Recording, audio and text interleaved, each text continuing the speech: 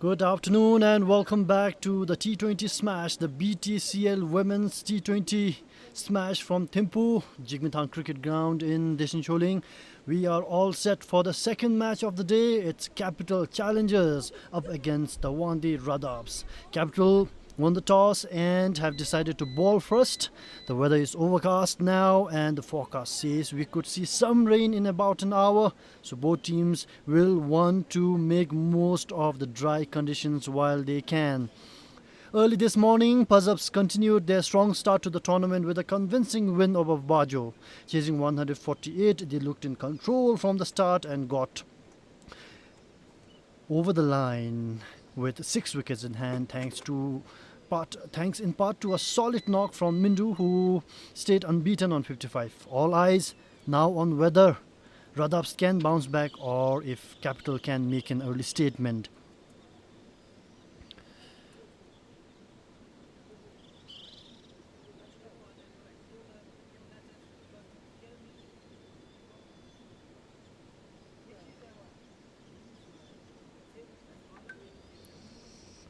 We're now about to begin with the first innings, the batting innings of WANGDUE RADAPS. Were batting first. Chado, Om and Karmadema on strike. Captain Karmadema on the non-strikers end right now. Pema with the first ball. Well played. Pema Dema opening the bowling with a cap on. You don't see it often there. With the cap on, Pema Dema.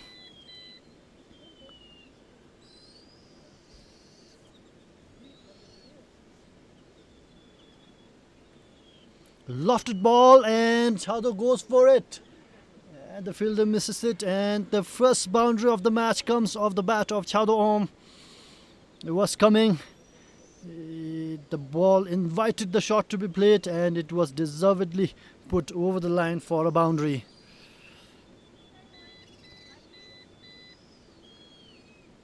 Alright, we already have the first boundary of the match. The second match in this BTCL Women's T20 Smash 2025. Second match of the day. The ball played on the leg side. Played for a single. Good stop by Sonam Choudhury.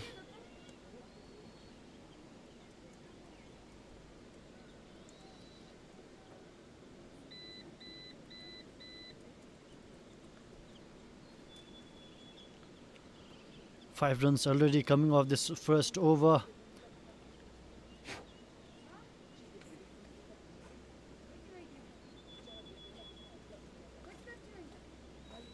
Good ball. Missing the outside edge. Karmadema not looking comfortable. This was the first ball faced by Karmadema.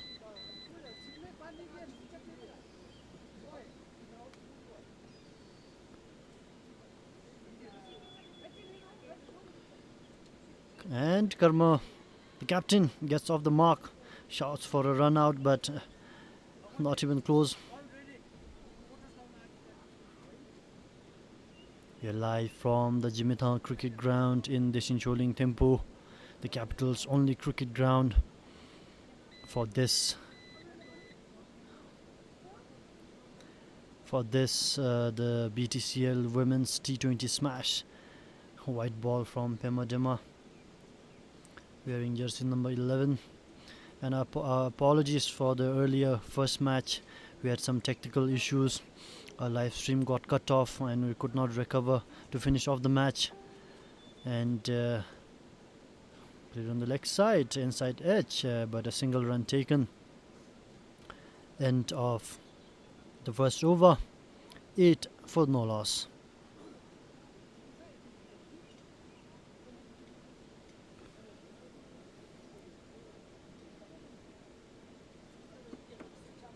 There you can see the batting lineup. Chado Om, Karmadema, Gedin Dema, Ngawang Pinsu Chodin, Yudo Wangmo, Chenchu Dema, Chenchu Bida, Sonam Dema, Kezang Ongmo, Siring Udin, and Chimil Hazin.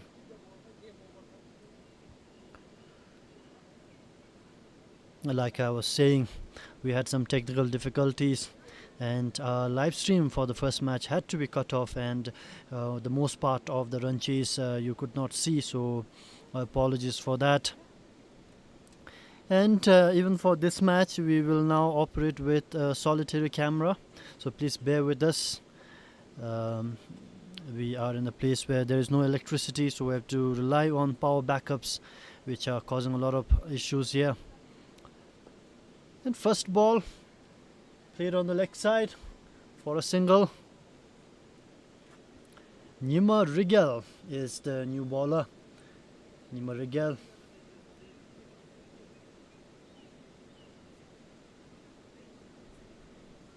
Nima Rigel Hamo, a young bowler.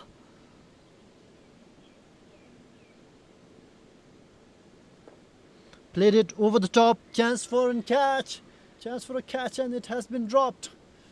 The ball went right onto the hand of that fielder, but the fielder could not keep hold of the ball. That's first opportunity that goes begging for the Capital Challengers, who chose to bowl first after winning the toss. Well, then we continue. And the white ball. Nima was going good earlier. See our technical team there looking for the ball in the jungle. Not really looking for the ball. I guess he's looking for a nice place in the shade among the trees to sit and watch.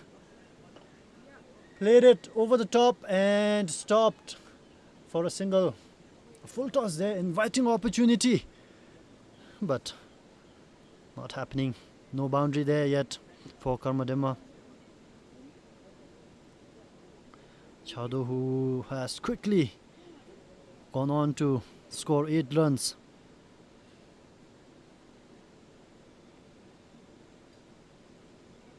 That was a good opportunity, the ball staying low, missing Karmadema's bat altogether.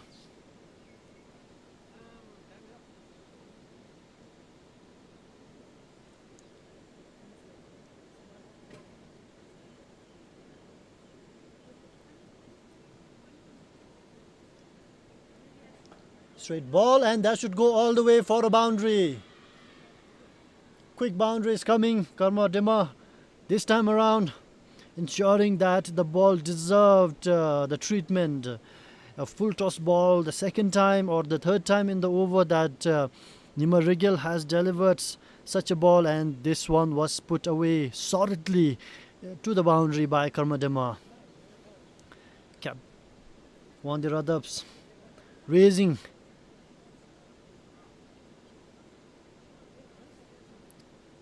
as quick as they can towards a score of 16 runs.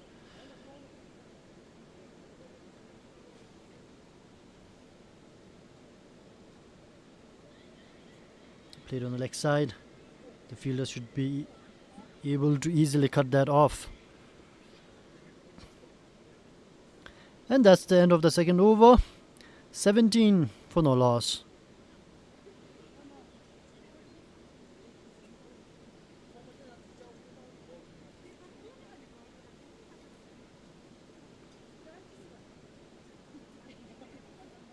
No wickets so far.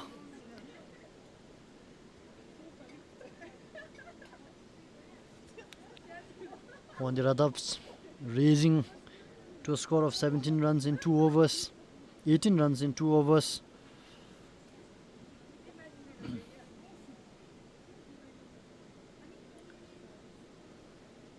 Straight away, a change in bowling. Anusha Gurung now into the attack.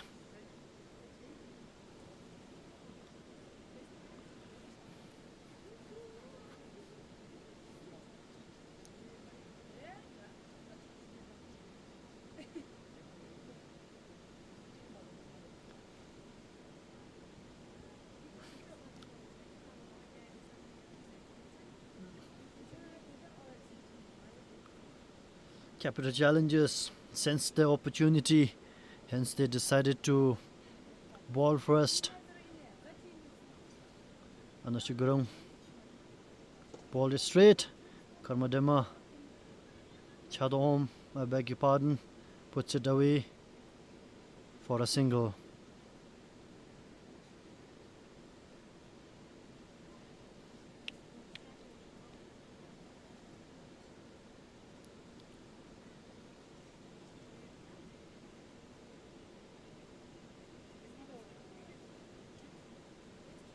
That should be a white ball.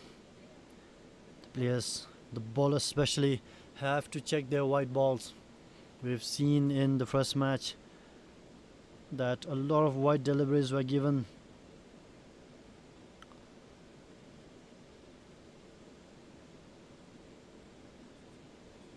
Anusha Gurung, her first over, the last one was a white ball. That should be an interesting matchup between the two teams. Two teams who are fighting for a win. Both teams yet to play a match in the tournament. Goes for a cut shot there, Karmadima. Misses the ball.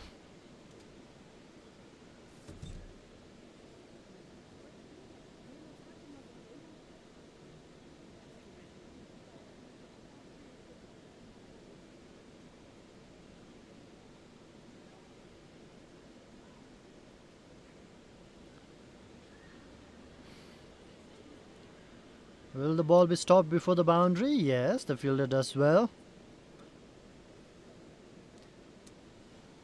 And to all our viewers, chance to win a special giveaway from TCL. You can win 777 worth of data. Just all you have to do is go to our Facebook page and on the comment sections, predict the score of this match, and you can take away a 777 data. Lofted ball and a big shout for LBW there. Not given. The umpire wasn't really interested. Looked like it was going down the leg.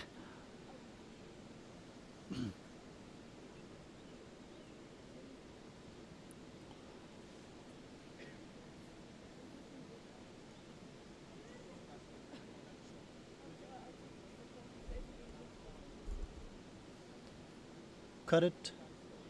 That should go for a boundary and the fielder cannot get to it. That's Karmadima's second boundary of the match. Beautiful cut shot from the experienced Karmadima, who is part of the national setup.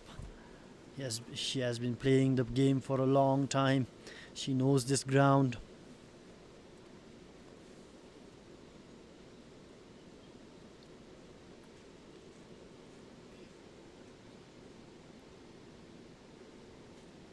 The atmosphere seems a bit subdued.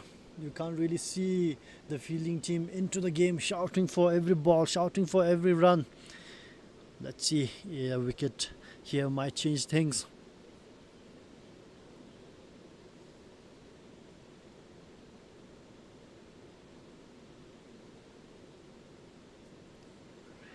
Shout for another LBW. I think it hit the bat there of Karmadima. And that's the end of the third over. 26 for the loss of no wicket.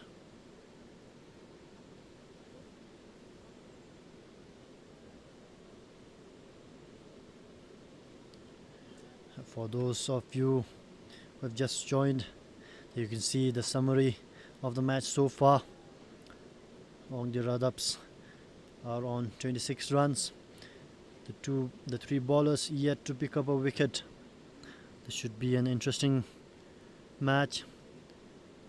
Both the teams are yet to, this is their first match of the tournament.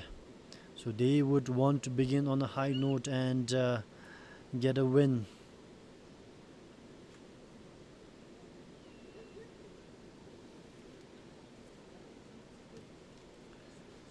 Sitting Jigmethang now, the new bowler. The challengers are taking the game on now, changing the bowlers every now and then.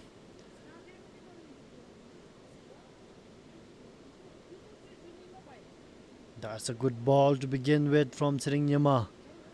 Jigmethang, the new bowler.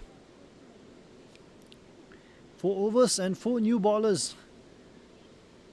There seems to be a plan in place for the challengers, the capital challengers.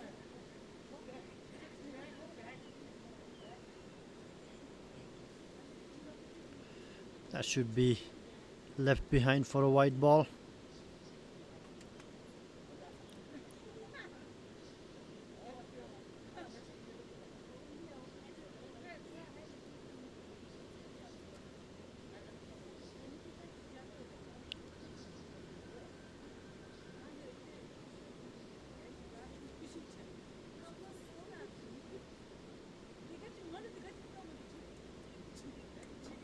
Lofted ball, and it has been played. The fielder in the deep will cut out, but the girls are not really able to pick up the ball in the field when it comes rolling down the ground. Very difficult, of course, with the way the ground is.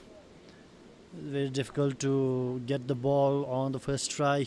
It bounces and it goes wayward.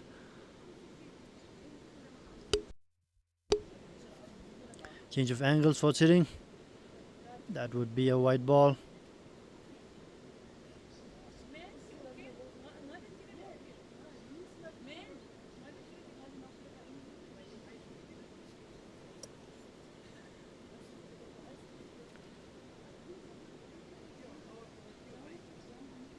Karmadema and Chadoom have given their team a good start.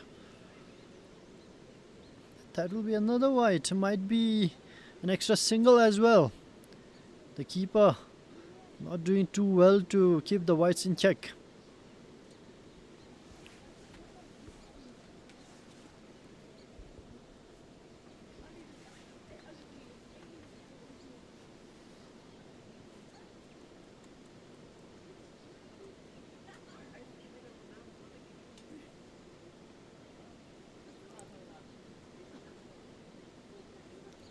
A shorter runner from sitting there.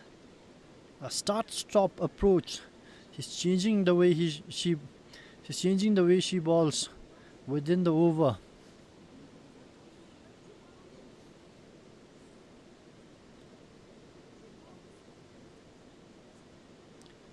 That's smart move from sitting. Her bowling isn't really going well, so she has shortened her run up, ensuring just she hits the right line and length.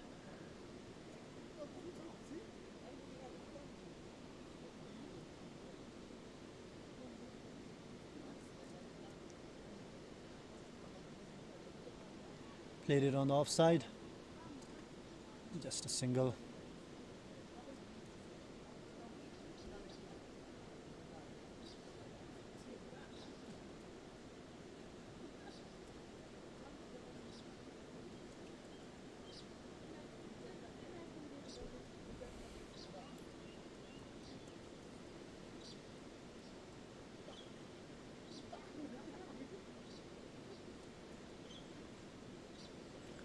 Last ball of the over, and it has not beaten the fielders in the deep.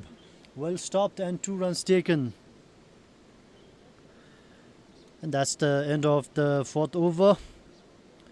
34 for the loss of 0 wickets. The 2 openers have done well so far. And you can see on your screen there the points table. This, as I said, is the first match between Capital Challengers and WANGDUE RADAPS, and right now in the Group A, Serpong Strikers are right on top. Net run rate of 12.4. That's really big. And in Group B, everyone they have played a match each at least. Thimphu Cricket Club there, you can see playing 2 matches and winning 2, and Pazab XI playing 2 and winning 2, right on top. Interesting encounter.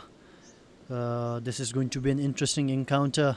The winner might as well go to the top of the group here on Group A. In Group A, and they need to pile on the early pressure if they want to keep going in the tournament. If they want to apply the early pressure in the tournament. A wild swing and a miss there. Hit the inside edge of the bat of Chadoom. Easy single taken. Nima Rigel into her second over.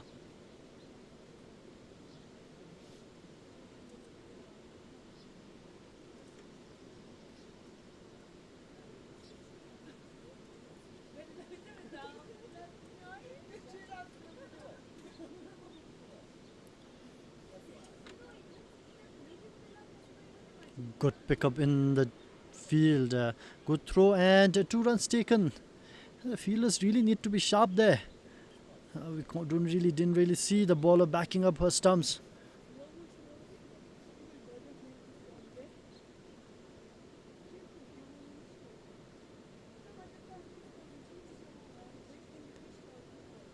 A show of sportsmanship there from the Challengers keeper, Challengers wicket keeper Chekyongmo, helping Karmadema with her leg guards. And that's what the game of cricket is all about. It's about friendship, sportsmanship, camaraderie, all on display.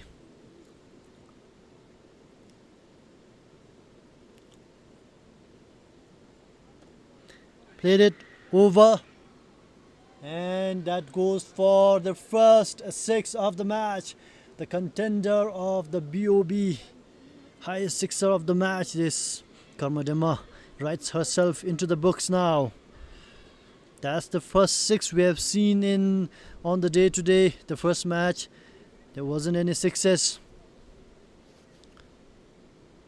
Karmadema upping the ante. This is looking like it's going to be a high scoring match.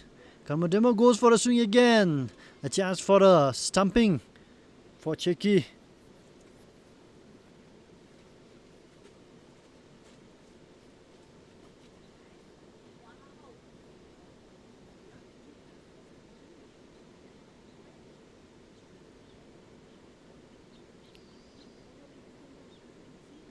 Nima Rigel, 5th ball of the over coming up. Played it on the leg side. That's a single for Karma.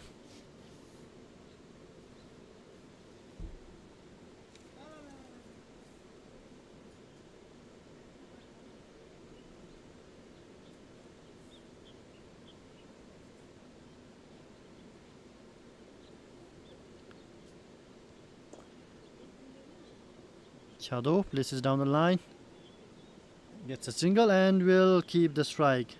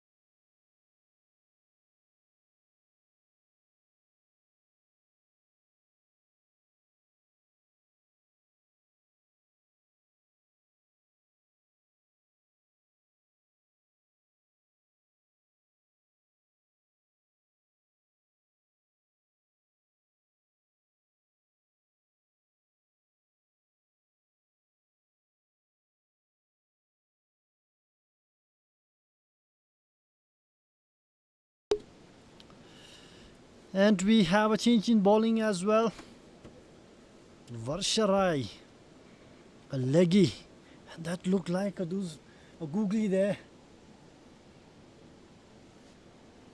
Came in sharply. Varsharai looks like a skitty customer.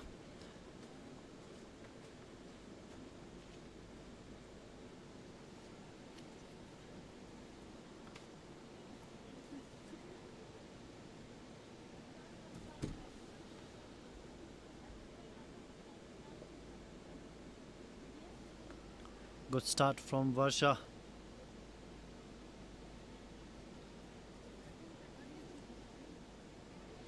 And everyone here in the ground are hoping that the rain will keep out.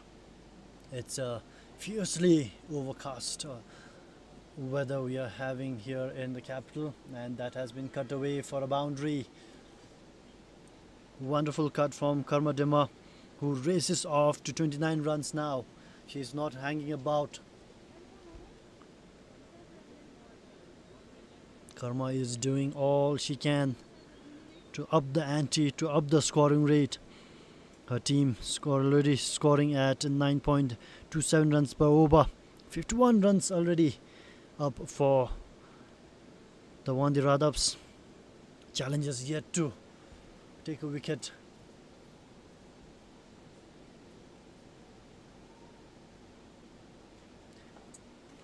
A full toss, and that will be the second sixer of the match. Coming off the bat of... No, that's just a boundary, my bad. Karmadima, like I said, is not sticking around.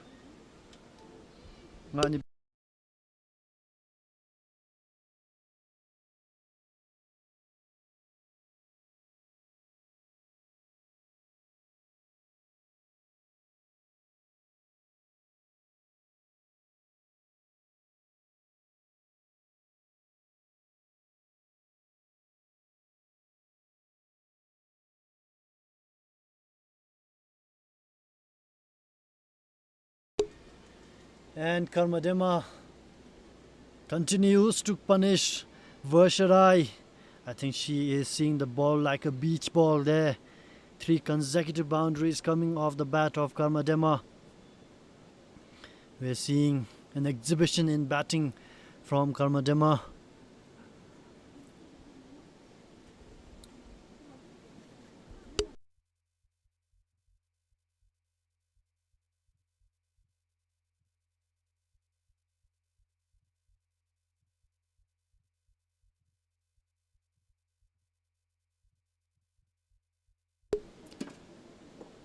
Another ball, another shot played down the line, and that's another boundary. The 4th boundary coming in this over, and Karmadima has raced on to score 41 runs already. That's the end of the over. It's 63 for the loss of no wickets.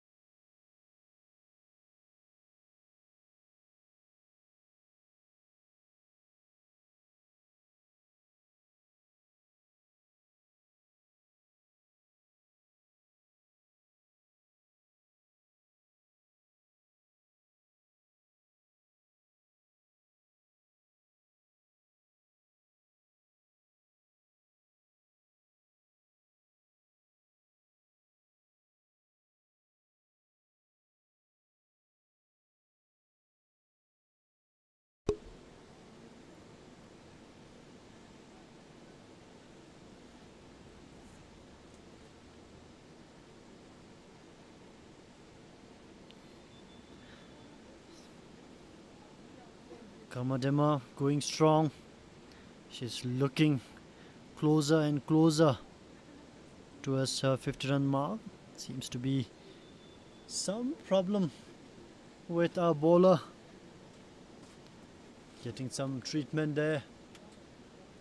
And the fans, the teammates watching on, cheering on. There you can see the Jigmethang cricket ground, the beautiful Jigmethang cricket ground, where we're witnessing the second match of the day, the sixth match of the BTCL Women's T20 Smash.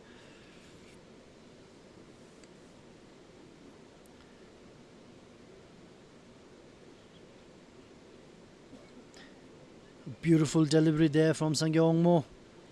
Misses the bat, misses the stumps. Even the keeper had a difficult time trying to catch the ball.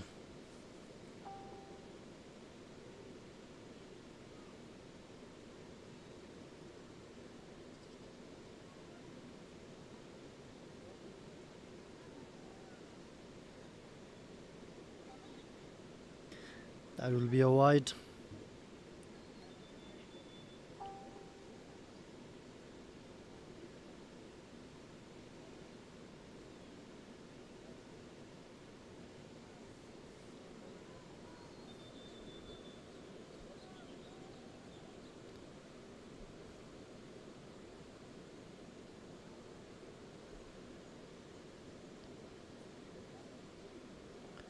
Plate up in the air. They should be taken, but not taken.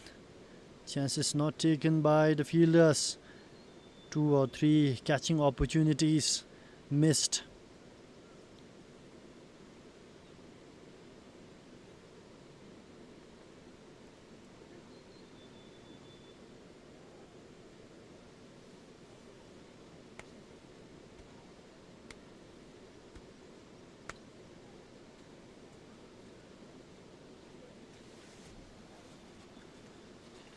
Karmadema batting on 43.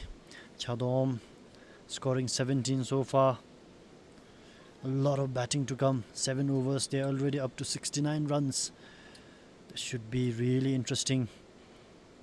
The RADAPS are looking for a huge total.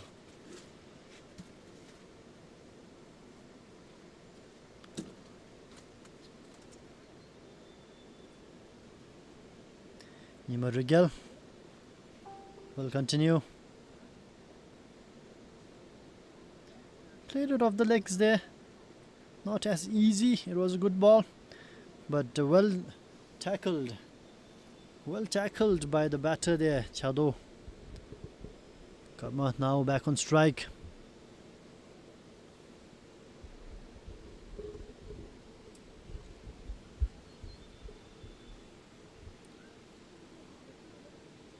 Lofted ball, Karma goes for it. Down the ground yet again. And this might well be another boundary. Karmadema now off to 47 runs. 3 runs shy of a half century.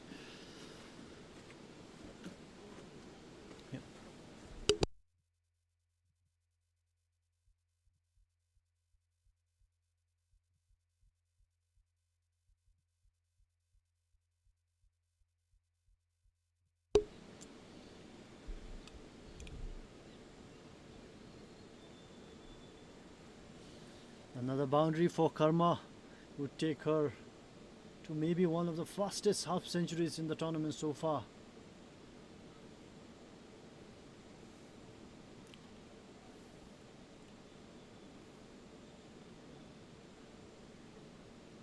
That will be a wide ball. And I'm joined yet again in the commentary box with Doji Khandu. Doji, you have seen Karmadema bat for the national side and for club cricket for a long time. Tell us more about her. Not just Karmadema, I have seen both the players. Mm-hmm. They have played for Bhutan for quite some time, and they are still playing for Bhutan senior team, for the women's team. And as for Karmadema, she has been opening the innings for Bhutan.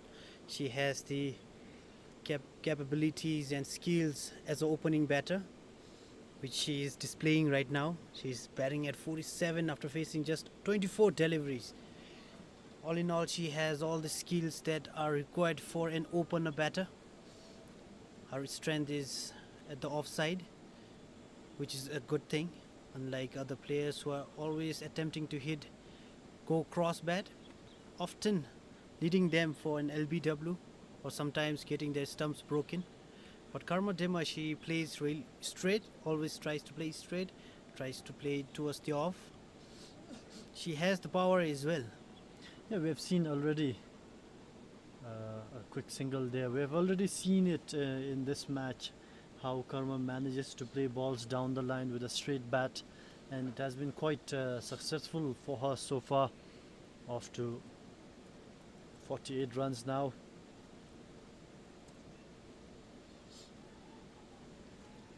Nima Rigel has proved expensive, given away 28 runs already.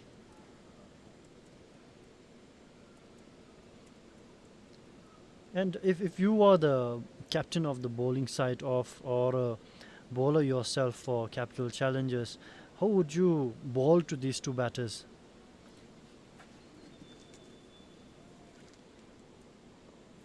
Tries to go towards the leg side. I think the idea is to let the Karma Dema play towards the leg side, where we might get an LBW. I might suggest my bowlers to come right arm round, try to hit the stumps, keep it straight, and don't give her the room to play. If you give her the room to play, she will smash your ball towards the boundary. Just keep it straight. Maybe try and come from right arm round, ball it straight towards the stumps, make her make the mistake. Let her try to go towards the leg side, where the ball might hit the stumps or your pad or her pad. Well, we so far haven't really seen any chink in the armor of Karma Dema. 48, 2 runs shy of the half century. There you can see, Doji, the match summary. The bowling side hasn't really been updated, scoring at a run rate of over 9 runs, almost 10 runs per over.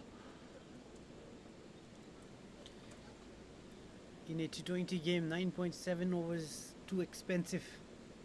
The bowlers have to bowl really, really, really well. Try to bring down their economy towards 5 or 6. The batters will definitely try to hit, since it is the short format of the game. That is where you have to bring in your variations, your mental games, and try to reduce the batter from scoring runs. There's a wild swing from Karma Dema. Anusha Gurung coming in to bowl her second over. The rain is holding up for now. Clouds getting lighter behind us. Hope this is a good sign. Straight ball, and that will bring up the half century. 50 runs up for Karma Dema. Much deserved, and it came in quick time, taking only 28 balls to get her 50 runs.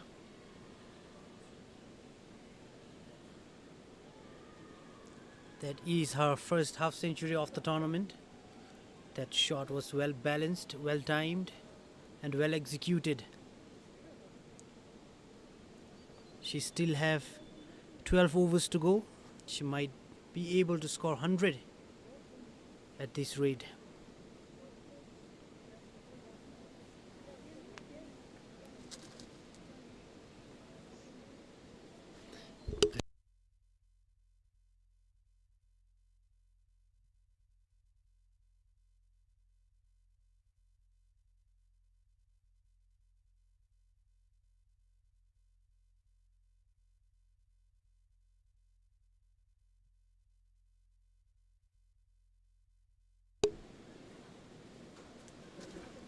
Karma Dema wrapping up her half century, in the running for the ace player of the match, the ace women of the match, and in the running for the BOB highest sixer of the match, and in the running for the design space game changer of the match. She is, her intent looks really solid. Played it on the offside, no runs there.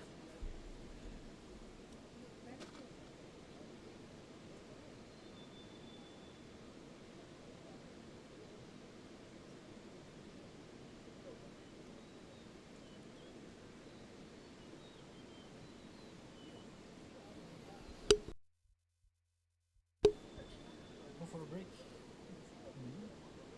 Played on the offside, that will be another easy single.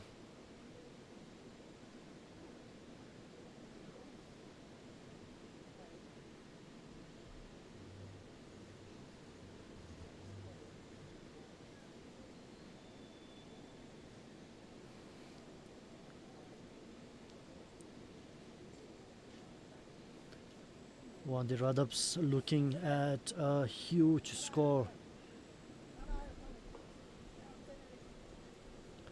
And that's the end of the 9th over. 86 for no loss.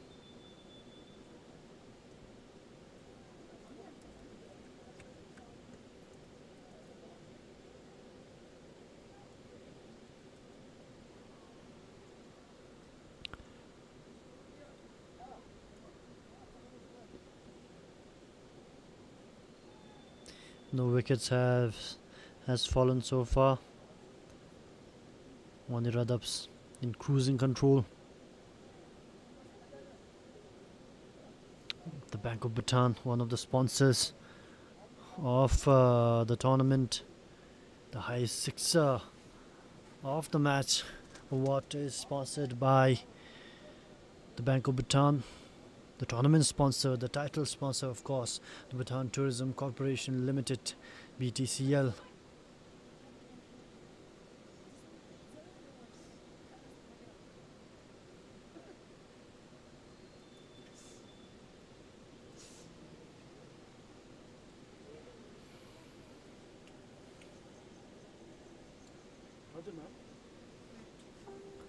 The captain's in discussion here. Who will bowl the 10th over?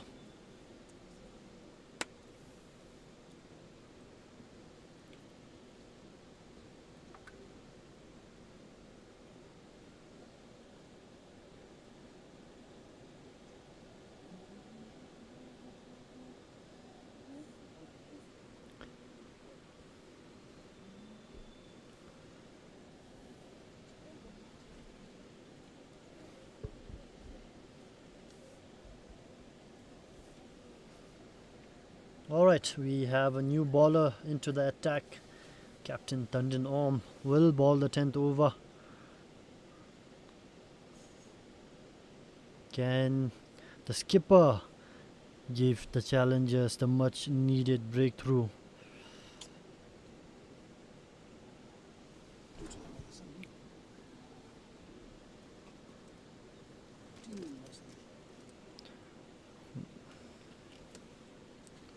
Good ball to start off the over.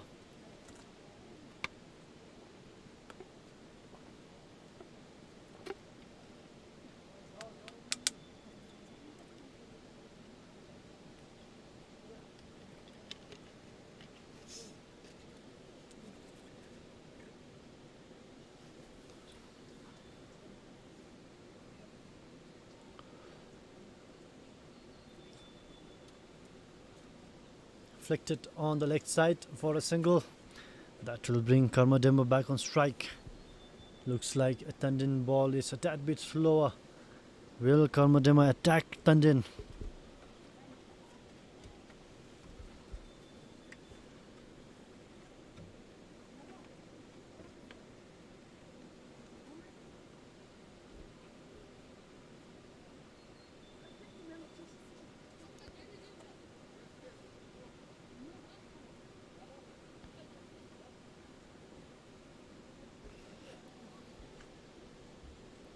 Another single. The two batters are doing a good job rotating the strike, not going for any risky shots. Partnership already nearing the 100-run mark.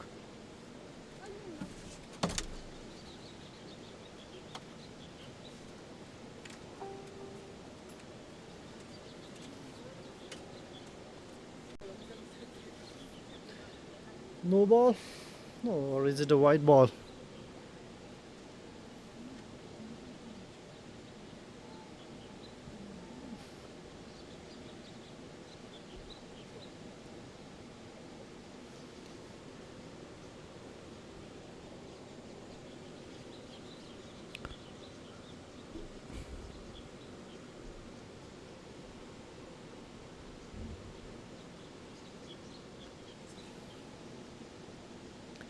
Lofted ball.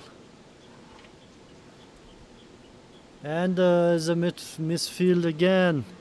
The ball stopped just before the boundary. Batters picking up 2 easy runs.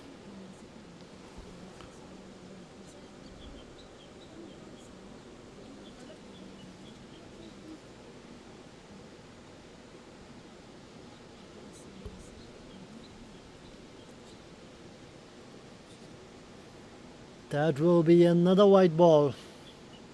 And the alert batters will take an additional single. Fielders, the capital challengers fielders will have to wake up, not give away easy singles.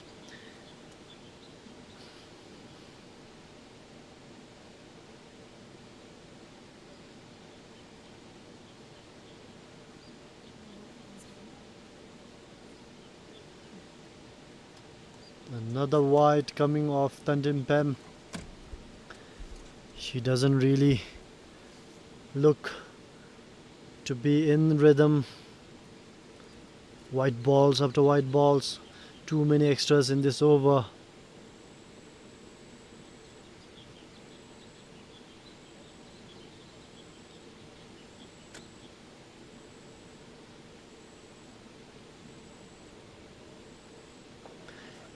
Played it over straight down the line, and that will not go for a boundary. The fielder in the deep cutting it off. Looked like it will go all the way for a boundary, but that's not strong enough to cross the boundary ropes. This over took some time, but the last ball of the over is coming up.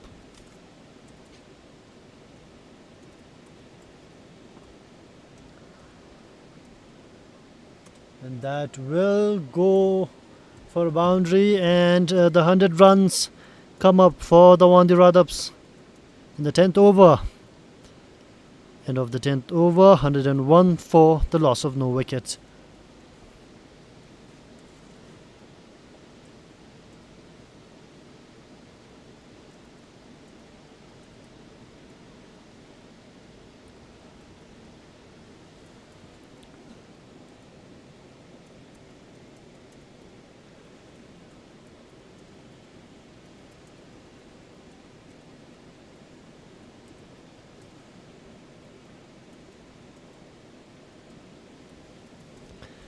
Well, what a start this has been.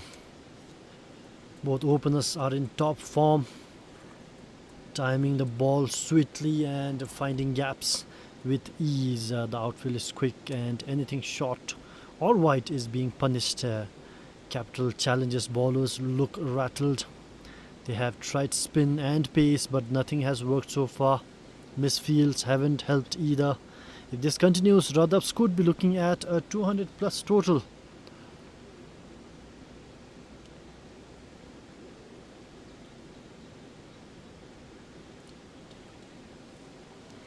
The umpires have allowed the players a drinks break. A cow on the ground. This is something that we can see quite often. Ground staff trying to chase the cow away. But we are in a place where there is livestock roaming freely. The ground does have beautiful lush green grass, so the cows of course are lured in by the green this side.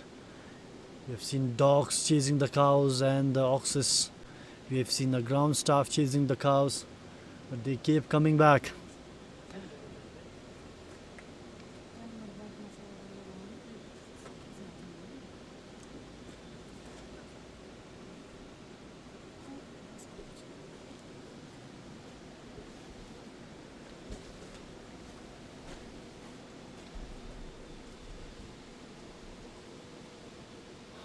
And this is a good opportunity for the capital challengers to regroup. The score is past the 100 run mark, but still manageable if they can pick up a wicket here and there. It's still manageable, still chaseable, but they will have to look to restrict the score below 20 runs. otherwise below 150 runs, I beg your pardon, otherwise the game will slip away from their hands. The two batters are looking solid. Players getting instructions from their coach. They need a wicket to calm things down. They need to remove Karmadema, who is looking really dangerous. At this rate, she will go on to score a century. Two umpires and the batters you can see at the side.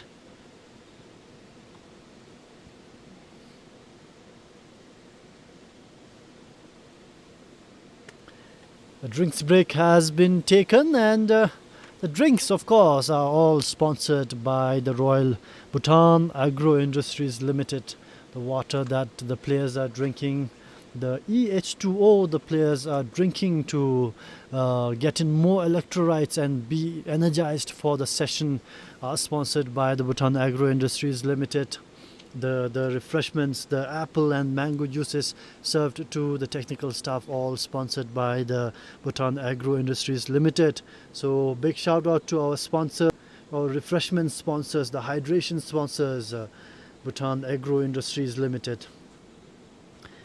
Alright then, 10 overs down, we are halfway at the halfway mark of the first innings, the batting innings of WANGDUE RADAPS.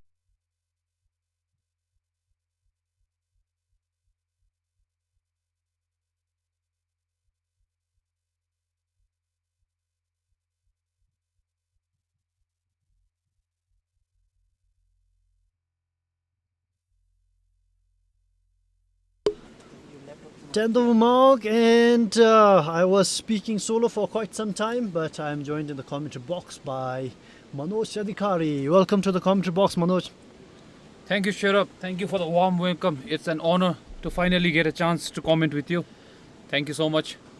And while swing there, but missing the ball entirely, the honor is all mine, Manoj. We have been looking forward to sit down together and watch a game and do commentary to a cricket game since last year, I guess, and the time has finally come. So Manoj, any expectations from the game? Any favorites? Well, I would love the umpires to win, but that's not possible, so no favoritism, but I think we should go with the academy team out here. So definitely rooting for them. It's a learning curve for them. Yes, they have not taken any wicket as of now, but cricket is a funny game, you never know. You never know. I saw the coach talking with the young players, a white ball there. Saw the coach talking with the young players over the drinks break, trying to rally his players. If you were the coach, what would you tell your players? Well, if I was the coach of the young team right now, I would have told them at least to have a cheer up, because it's pin drop silence inside. I don't see anyone, backing up each other and all. I think that's something that's affecting their game, because it's a 20 over game. Every ball you have to be on your toes. So yes, as Karmadema, I think that's Karmadema, right? Or I think that's Chado who took single. So that would be my advice to the team as a coach. Yeah, like Manoj said, the atmosphere inside the ground has been subdued for quite a long time. The players are not really showing that josh that we talk about, not really cheering their bowlers on. And this might be an opportunity for a catch, and the ball falls a bit short of the fielder running in from the long on area, but this is an opportunity, Manoj. Yes, the fielder there, I think she was in two minds whether she would reach or she won't. Now this is what happens in cricket. Now she dropped, now there's a fielding change. Cheki Omo to that will be stopped at the boundary to cheer their players on, to get the message across and get the liveliness back into the players. Well, it's a young team and they are learning, and yes, it's definitely a learning curve, but if they put somewhere around 200, it will not only be difficult ask, and that's in the gap, but we have a super cover to cover there, and it will just be one to the order, and even opening the batting over the years. What sort of, I will see this ball through, split down the line, stopped by the bowler. What sort of mindset, mentality shift requires for someone to bat down the order and then come up and open the bat? Well, in T20 format, if you are coming up to the bat from middle order, it's a drastic change because, and this again a full toss and in the gap, will that be 4? No, that will be cut down for 1 run. Coming back to your question, so in a T20 format, a batter who is down the order, if it comes to open, it's totally a paradigm shift kind of thing because you need to utilize the power play, the first 6 over. So it's a drastic change. But in the other way around, if the opener has to go down, then it's again a different game because the field will be open and you just keep on rotating the strike and the balls that are in your zone, you try to dispatch that away. So it's a bit different when it comes to 50 overs. So yeah, so that is the change. Since the power play overs ended, we haven't really seen the two batters really going for the runs. They've been really cautious. Of course, they were running really hard. So when the field gets spread out like it is right now, we can see around 3 players on the boundary. So how do you approach as the bowling team captain to attack because they are in a situation where they have to take wickets? Well, yes, that's a very valid point you made. But at the same time, you can't do 2 things at a time, especially in a game of T20. You cannot attack at the same time. You cannot defend. So the captain has to have the right mindset. If you want to attack, you put the slip in and make sure the bowler bowls as per the plan. And if you want to defend, well, you just put in the right places and let them just take singles. That's how in a game of T20 it goes by. But we cannot do 2 things at once. Yes, if it's a longer format, then yes, we definitely can do. But in T20, you either defend or you either attack. And right now, I think they are going a bit defensive because of the score that has already piled up on the scoreboard. There was good opening first over from Chetan Jangmo, giving away just 2 runs. It has taken some time for the bowlers, not giving away much runs and bowling those dot balls. Dot balls, like we say in T20, are golden balls.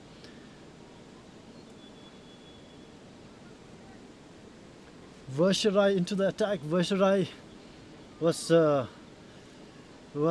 she did come under the onslaught of Karma Demo earlier on. Now that Karma is on strike, interesting to see if Karma will look at Versha the same way she did when she came on for her first over. 4 consecutive boundaries scored by Karma of Versha's first over. That's a lofted ball and Karma gives the treatment it deserves. Straight towards the boundary it goes for a 6er. Karma looks like is seeing balls coming off the hand of Versha like a balloon. She's not missing anything. Is it the right approach when a spinner comes on, Manoj?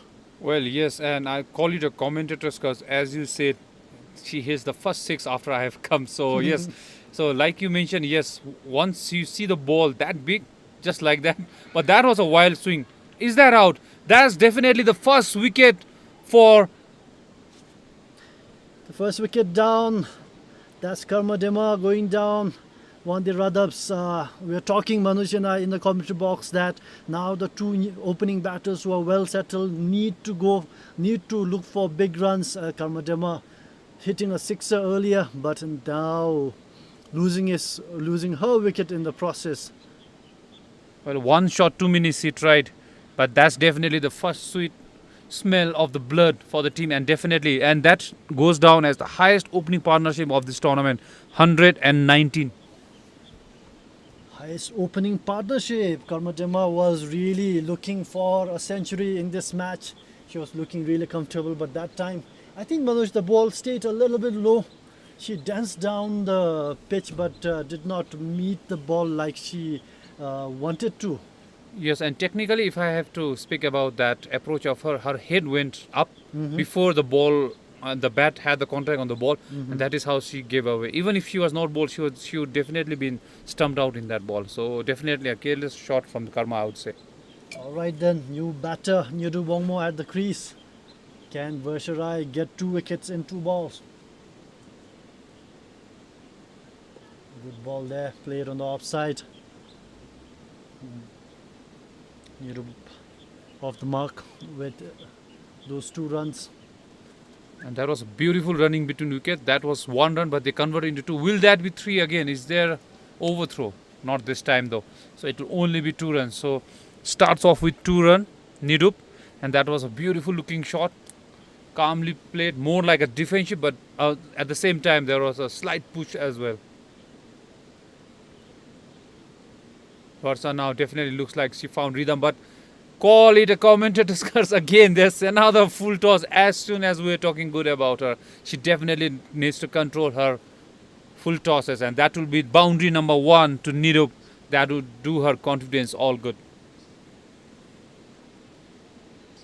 I think Nidub has been given some instruction from the dugout to not stick around for long, to get her game going as soon as she get in, and that's the first boundary. 6 runs already coming from the 2 balls she faced. Beautiful ball there, slightly flighted but bang on the target, and that will be the end of 13 overs. WANGDUE RADAPS 125 for 1.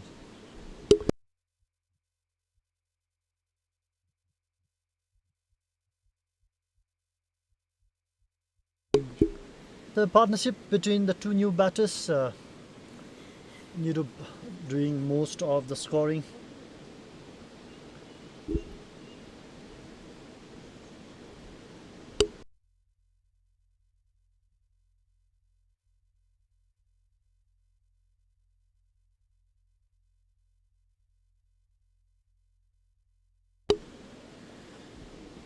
Sangye Wongmu to continue with the second over.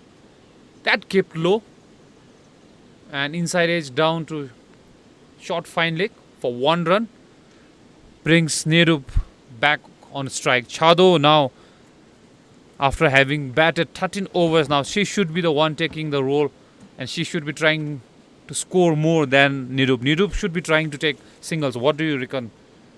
Shut up. What Yeah, should be the approach? I mean, Shado has been there for a long time. Like you said, she is comfortable now. She had got the feel of the ball for a long time.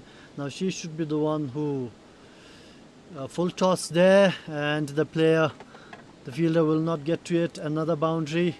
Like I was saying, Chado should be the one who should do all the scoring now. But we were talking about Nidub earlier. She came in with a lot of intent. 10 runs already off 4 balls. Manoj, you have played the previous men's BCCB Super 50 Cup a month or so ago, and this is a new tournament. Of course, it's a 2020 tournament, but the ground has received a lot of rainfall with the onset of the monsoon and all. You have been here for the past 4 matches, so do you see how the pitch is playing out? Well, it's not as much as it did in the men's team, maybe because of the pace that is generated by the main pace bowler, but it's much better, and I think there's an uplift as well. The whole groundsman, the team, Samir and team, they worked hard to bring you this tournament right after that, and that too in the peak monsoon. So it's a big thing, and I think rain is not letting us have the full 20 overs sometimes, but it has done wonders to the pitch, I believe. The bounce has been, and it's better than the Super 50 that we played just a month ago.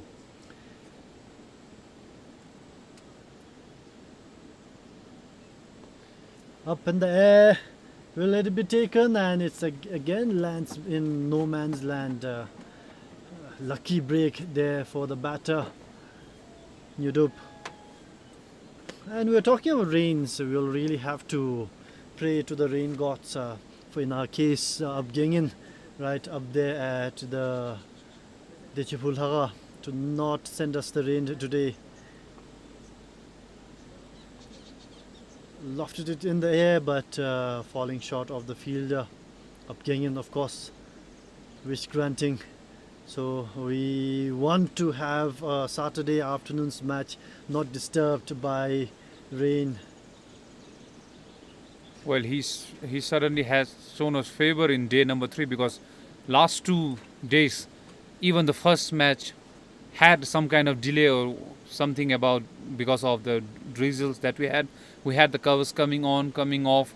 But today looks like we had full 20 overs in the first match, and even right now, there's not even a single drizzle. So yes, he has been favoring Bhutan cricket for today. Yeah, we can see on the horizon the clouds are keeping away for now. Of course, it's an overcast condition. I'm sure the players are liking it, not sun beaming down on them. But the rain clouds doesn't look to be inside for now. We'll have to pray that it stays this way until the end of the match. We really want a good full 40 over match in place between the teams. Like Manu said, we had full 40 overs in the first match of the day, and we're already going good so far. Sangyomo into our third over. 6 more overs to go in this innings.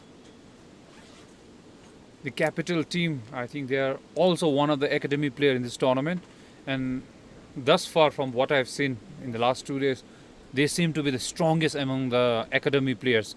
I think this is the Thimphu players, a mix of good bunch of youngsters and the new ones who are learning the game. And I think Coach Raj, I think it's Coach Raj who is leading the team, has done a fabulous job.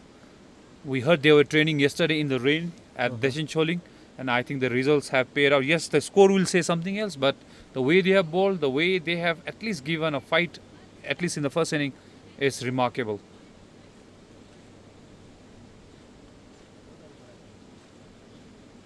Another white ball. The bowlers have given a lot of extras in both the matches today, even in the first match, in the first innings of this match as well. Sangyong Chetin getting a talking to from the captain. So, Sharap, you yourself played for under 17 for national level at the highest level. You were an outswinger bowler. So, how you used to control the white balls when especially the weather or the wind was not favoring you? Another white ball? Another white ball. I mean, for me, I made sure that my run-ups, the initial bit was spot on, so that there aren't any mix-ups when I'm running up. That gave me a lot of control as to where I want to. Should be a easy single there, an easy single. Like, it gave me a lot of control when I had that my rhythm sorted. So from then on, once you have your rhythm sorted, it's all down to the amount of practice that you have had, the amount of muscle memory that builds up, and over time you just have to think where you want to bowl. And when the practice meets the opportunity, like the big stage we are seeing right now, it happens. And then, right, you should know how much you Just like that. yeah, you should know how much swing you can generate depending upon where you are playing, and then adjust accordingly. And the more practice you have, the more control you have with your rhythm when you are gathering up to ball. It really helps. It's all down to what you do in the nets before coming out in the ground. Beautifully highlighted there by our Sharaf. One match I remember, I think it was in Malaysia, where the ball was swinging like bananas. I believe you were bowling cross seams because you were not getting control. Was that you? I think it was you. You were holding it cross because you could not control the swing, and you got bang on target. I think that was you in Malaysia. See, we have another white ball. We have a certain condition here in Bhutan where the air is not so thick, so the ball wasn't really swinging as much as we saw it in Thailand and Malaysia. The humid air, the ball gets stuck in the air, and normally if we can see 2-3 centimeter deviation, here we're looking at 7-8 centimeters deviation down there in the humid conditions of Thailand and Malaysia. So the played on the offside. The best way to control your swing is to bowl cross seam, not giving the ball any opportunity in the air to deviate its path. Technically so correct, and how you pointed out, if you cannot control with your rhythm and your swing and coming near to the stumps or going wide, then ball cross seam. You will Yes, definitely exactly. bowl straight, right? Yes, exactly. I still remember going out into the nets down at, and then seeing my ball going all over the place. That was some awakening, I must say. But as a player, we'll have to adapt, and then that also, like I said earlier, comes down to the amount of hard work you put in the nets. Truly said. So any youngsters listening to this, or you might come down watching this, please get the tips from Sharab here if you are a fast bowler, how to control the swing. If you can't control the swing, it will be difficult ask for you, especially if the wind is blowing from behind, then your ball will go haywire. Now with that, she has come round the wicket. I think she heard us. She's trying to control her swing as well. Let's see if she gets it correct. She definitely does. Bad shot, played it off the back foot, down to the deep point for 1 run. And the second over, the 15th over ball by Setin after 10 tiring deliveries comes to an end. A lot of extras in that over. Setin really did well in her first over, but this over she was all over the place. But it has ended. 5 more overs to go. Manoj, they are at 141 for 1 and they have 30 more balls to face. What do you reckon? Closer to 200? Well, yes. Now this is the mark. Whenever I used to play during my playing days, 15 overs we used to target. Now this 5 over is the over you should go all in for the batting team. They should target 250 from here, not even 200. Then only you will reach 200. That used to be our game plan. Till 15 overs, you lose 1-2 wickets. But what it does, for next 5 overs, you have 8 wickets. Right now we have 7, right? Yes. So this is really going to help WANGDUE RADAPS. You can see on the screen there, Karmadema really doing the bulk of the scoring. Chado still batting, still on 31, facing 38 deliveries. And Europe has done well so far.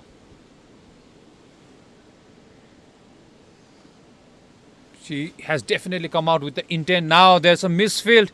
It's like putting salt onto your wounds. The young capitals giving away easy runs. That will be another 4-2. Was that Chado or Nidup? Chado. Chado gets another. Now I think she should be the one. She was playing the anchor role, yes, when Karmadema was there, but now she should take up the lead role and she should hit and get to her 50. Then maybe, I don't know, if possible, maybe 100. But she should be the one who should be putting her foot on the accelerator now. Let's see what she can do here. That's a white ball. Then looking at the way Chado has played the 39 balls she has faced so far, she doesn't really look like the hitter kind like Karmadema was. So what sort of shift do you do as a batter when it is your time to up the ante? Well, if I was Chado, because I too was not a hitter, I used to hit. Now that's another white. I always used to rotate my strike. And if it's my zone, I would like to play from the ground and get a 4. But what I should do, if Nidu is a hitter, I would take single and just get her on the strike. At the same time, keep the scoreboard ticking. And Nirup, just like that. Yeah, Nirup certainly looks like a hitter here.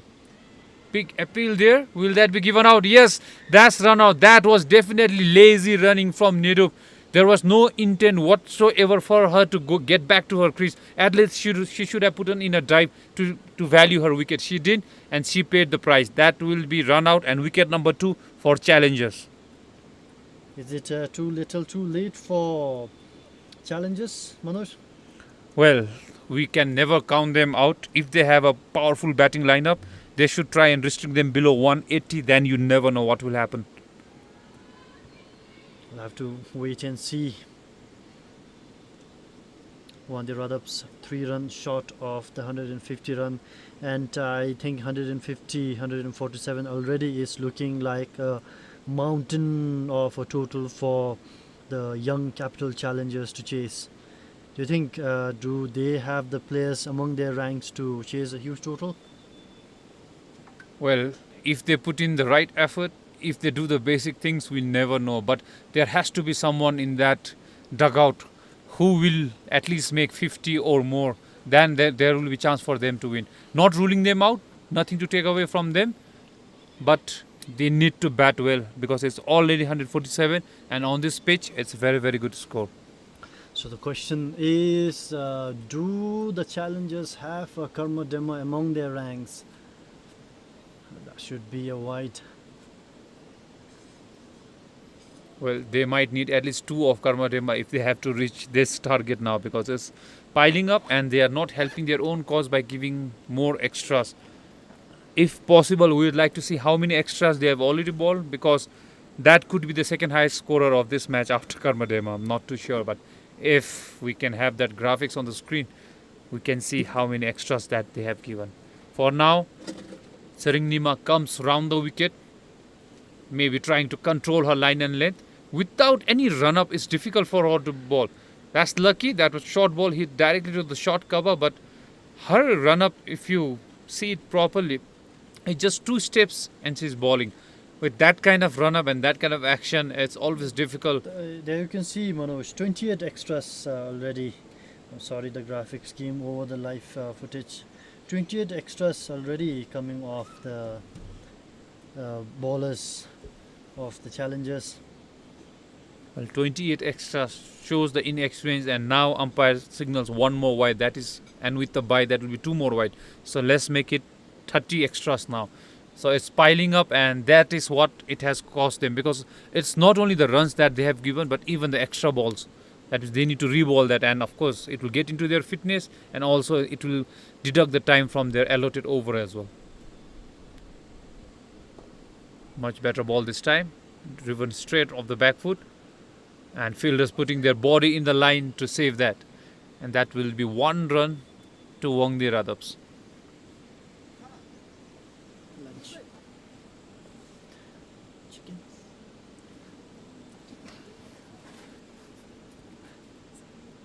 Again, short ball into the air. Will it be taken? No. The short cover was already down on her knees, as if like begging, give me the catch. If only she was on her toes, that could have been another chance.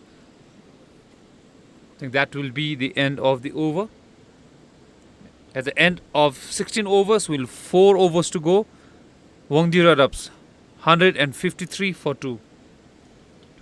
52, sorry. You can see the graphics there. Karmadima, of course, scoring 72 runs, 30 extras. Run rate is almost near 10 runs per over.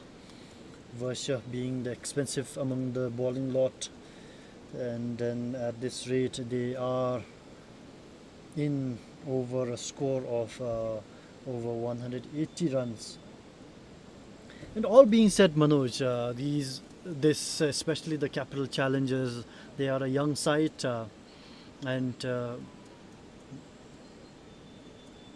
lofted ball, shout for an LBW not given, saying they are a young side, and this tournaments like this, big tournaments like this, do not really come around more often for the women in the country. So what sort of an advantage or an experience would this be for these players? For the young challengers, it would be a learning curve, and playing against their idol like Karmadima and all, who they look up to, it's always a big opportunity. And clean bowl, as I was talking about, the opportunity and to grab it with both hands, that is what Anusha has done, taking the vital wicket of Chado, a set batter who was trying to accelerate the run rate, falls down and goes down to Anusha, clean bowled. So that will be wicket number 3, and in a way this would be a kind of comeback for challengers, because after having given opening partnership of 130 plus, coming back and taking 3 wickets is a win for them, I would say. And what sort of confidence would it give when they come out into batting, if they are to get maybe 3-4 more wickets before the 20 overs run out?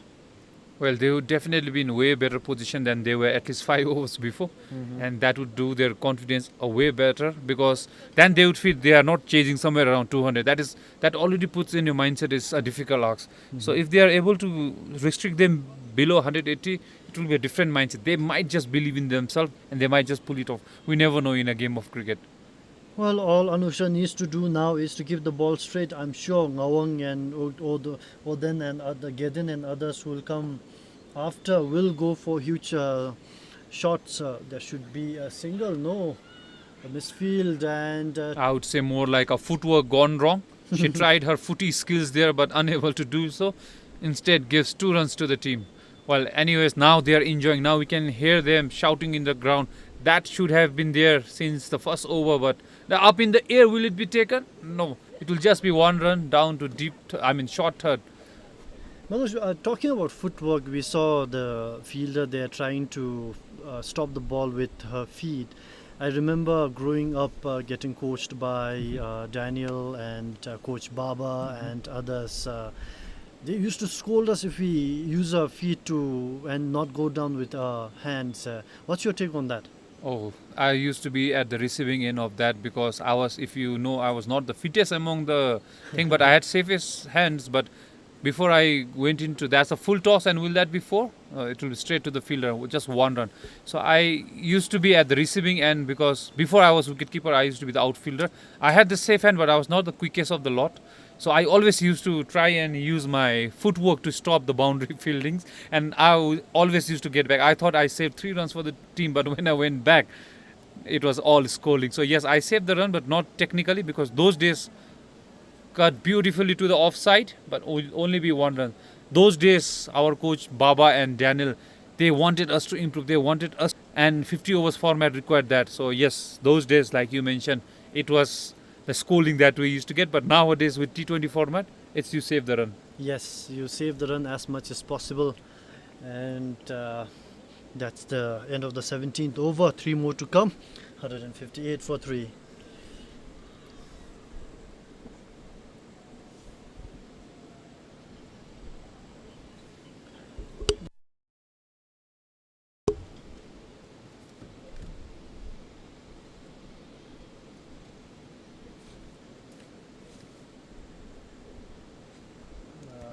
Three overs to go, and we have plenty of batting to come, but we do not have overs, just 3 overs. So all of them coming next should be hitting big, and with balls like that, it will come in a while, just like that. It was a wide full toss down the leg, but batter, instead of letting it to go for wide, gets some bat on it, and will be 1 run to her. And in the first match, Manoj, of course you're not here. It was Sonam Yangzum and Mindu Om who were batting in the first match, and both of them didn't really let the white balls go. They were going after the white balls, and they scored quite a lot of boundaries of the balls like that. Mindu and Sonam Yangzum of the Pazabs, they went after the ballers. They didn't really let the slow lofted balls on the offside or on the leg side go for wide. They went for everything, and 2 of them did the real bunch of scoring for the Pazabs earlier on. Well, I think this is the clear difference between the cricketers of our era and cricketer of new era, because balls like that, if you feel if it is short and in your zone, and if it is a loose ball, you will always go for it, be it white ball or no ball. During our days, we used to get scolding for chasing a white ball, because we always had to be technically correct or get the extra run, and maybe of that extra ball you score. But now with the rules like free hit and wide, or everything going in favor of batter, why not? You just go and give a whack. If you get 4 instead of 1, it's always good, because in a T20 game, even 1 run could be a winning margin or a losing margin. So yes, I think because of that, they decide, or they like to chase balls that comes in a different way from a bowler's hat. I mean, these are young players, right? And you're talking about technical correctness, and you're also talking about this is T20. How do you balance? I mean, that should be stopped just for a single. How do you balance that? Because of course we want our young players to learn the game, the format as it is, and the format requires you to do the unorthodox at times. But then you're growing up, so as a coach you also want your players to be technically correct. So how do you balance that? Because you have also coached a lot of teams. How do you balance that? Well, it's a very good question and difficult to answer. There's no right or wrong answer to this, but what I feel is like, if you want to get technically correct, you have to play longer format. In Bhutan, we don't have 2-day or test match. Saying a swipe down should be 1 run or maybe 2. Let's see how they call between. A very good call, and that will definitely be 2 runs. So nowadays, it's more like get the runs. They don't mind what kind of shots you play. But if you ask any T20 player, it's like 18 overs right now, and while there is a switch in play. So in T20 format nowadays, you get the runs on the board, doesn't matter how you play. But if this T20 players, they have to play a 50 overs, I'm telling you, they will take that to the 50 overs game, and you have already seen in men's tournament, no one played 50 overs. Why? Because everyone is in T20 mode. Because, okay, for 5 balls, you'll stop the ball, but next ball, you'll go for 6. So what technique does to you is, it gives you mental stability and also that strength to you to have patience and play. So to answer your question in a nutshell, it's like you can't have both, but if you have both, you should know when to switch from a longer format to a shorter format. Right then, Pemadema coming back for her last over of the innings to complete her quota of 4 overs. And again, you can see the player not really going down to pick up the ball, trying to use footwork, which I don't really find it pleasing. Your hands are your best weapon. If you're using your feet, you have to control the ball with your feet first, then go down and grab it with your hand and then throw. Just go down first, get it with your hand and throw. This saves a lot of time. Well, in words of great Lingdian Subha, cricket is second love for all of them basically, because everyone started from football. I'm pretty sure that's up in the air, but in lands in no man land. So now everyone plays football, at least in the class level or the house level. So they always love using their foot. So cricket is the second love. So I think we should give them time to bend down and pick up the ball. And I think this also goes back to the coach to do more of the fielding drill, so that they know in a match like this is a learning curve. So, but you have rightly pointed out, it doesn't look good when everyone uses the foot, but it is what it is these days, and I think we just have to move on with it. Swept again down to square leg, will just be one this time. And they are taking single out of a misfield. Varsha could not collect that ball, and she's already into her third over. She has been slightly expensive, but I think she gave the breakthrough that challenges needed, desperate.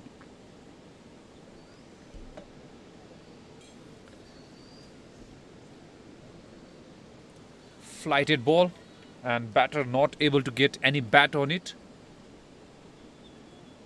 Manoj, what I have noticed in the men's game and women's game, especially here in the country, we don't really see women spinners. Any idea? Well, you missed the match yesterday. There were pretty good spinners at Sarbang team. In the Sarbang team, the likes of Ria, the likes of one girl I forgot, but she had a very unique action. She used to stretch her hamstring then come up. You'll be seeing her maybe tomorrow in tomorrow's match. So they were very good spinners. They were giving the revolution to the ball. They were getting some turn out of it. At the same time, they had the Zooter ball. So yes, but the teams today, I think they mostly rely on fast bowling because it's easier to control. But for a spinner, especially wrist spinner, it's always difficult to control the ball. So I think that could be the reason. That was a helicopter ball, I would say. Should be a no ball and should be a one bounce 4. We'll have to wait for the signal from the umpire. That's definitely 4. But umpire Doji says at the thing it's not a no ball. Or is it? It's not a no ball. At the end of 19 overs with 1 over to go, WANGDUE RADAPS 174 for 3.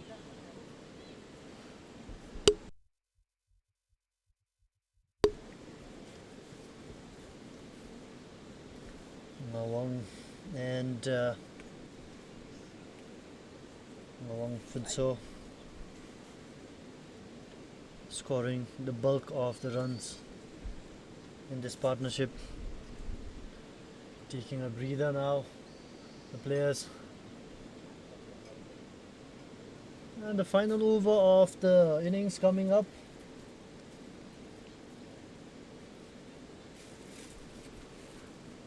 It will be number 14, Sangyeongmo, to complete the bowling innings for the Capital Challengers. Closer to final over, I guess we might see a few wild swings and take the scoring closer to 200. Sangyeongmo. What's causing the delay here? I don't really understand.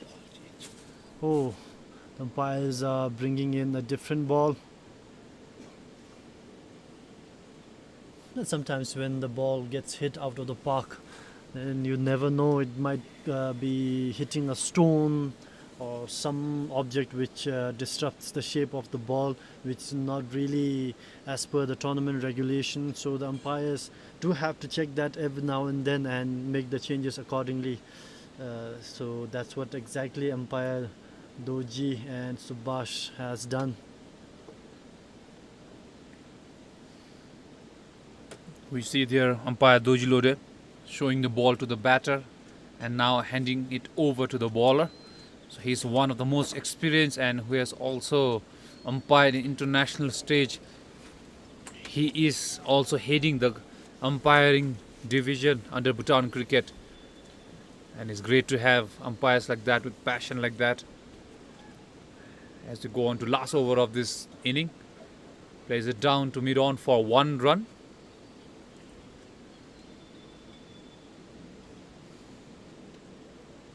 Now it's up to Ngawang Phunso.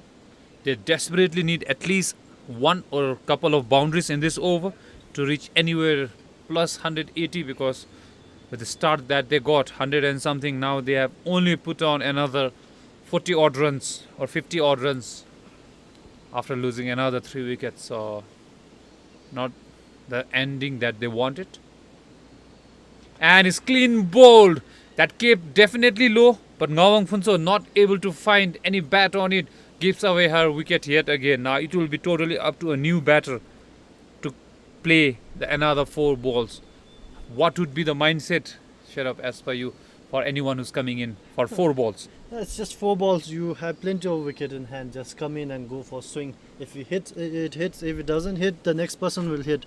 So not much to talk about now. They will have to come and then see if they can get the ball to the boundary and get those runs as much as possible. Like you are saying, with the start that they got, I mean, with the opponents that they have, they might be able to easily win this match. But then they will also have to think about the entire group stages, where net run rate will play a huge part. This is the first match for both the teams. So if they can get a good net run rate right off the first match, then that will be of huge advantage as to how they will go into the semi-finals if they do. Well, Sharaf, you were the strike bowler in our under-17 team. You used to bowl in depth overs. So if there's any advice to the bowlers like Sangi Wongmo right now, what would be your advice? Definitely not those white balls, right? Definitely not white balls. Definitely not white balls. And good thinking by the 2 batters there. Quick single taken. Yeah. At this stage, it's upon you to keep the ball straight onto the wicket. If you get hit, kudos to the batter. If they don't, if they miss it, you get the wicket. It's as simple as that. In the depth over, maybe a yorker or 2 here and there, but keep it straight.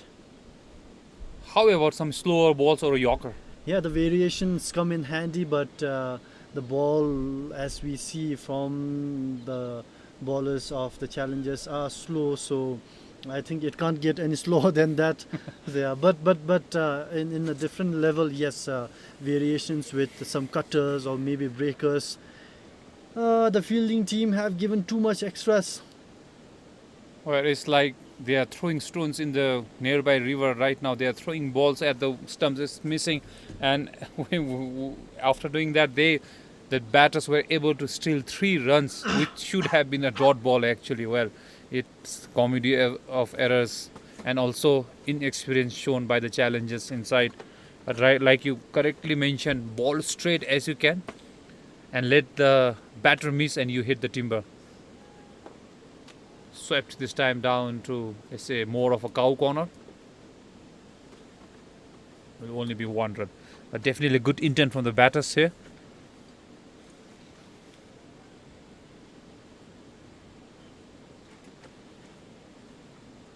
Two balls to go of this inning. How will Sangi Wongmo end? You'd definitely like to end it with at least a wicket or 2. That's short and pulled down to deep. Fine leg. They have 2 fine leg, 1 short and 1 deep. An unusual fielding set, I would say there. Last ball, Sharaf. What do you think it will be if you have to put your money in it? I'll go for a dot ball. Being a bowler myself, I wouldn't want to be hit for a 6 on my final ball.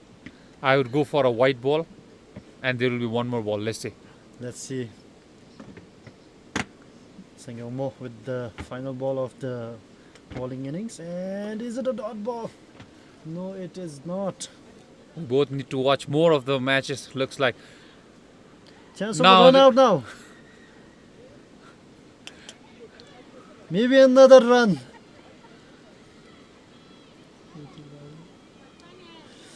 And the comedy of errors, like Manu said earlier, comes to an end.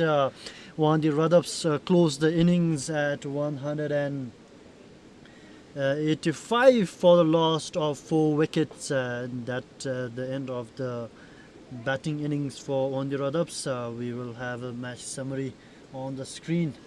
Manoj, take a look at the summary and see what do you make of the match. Well, after having put into bat, Karma, Dema, and Chado starting beautifully for WANGDUE RADAPS with 72 and 36 each, and with a partnership of 120 plus was the highlight of the inning, and well supported by Ngawang Funso. But the thing here we have to note is the extras 34. Even if it is half, around 15 balls they bowl extra. That is why they have been able to give the run rate at around 9.30, setting a target of 186 for capital challenges is going to be a big ask. And only the peak of the bowler there would be Anusha because of her bowling rate, I mean economy rate, after giving only 21 runs. And Varsha, she got the first wicket, but she gave away 41 runs. Alright, then that's it for the first innings. We will take a short break. We will be back when in about 10 minutes to see the run chase from Capital Challenges. Can they reach the target of 186 runs, or will WANGDUE RADAPS have too much for the Capital Challenges? We'll see. We'll see you after a 10-minute break.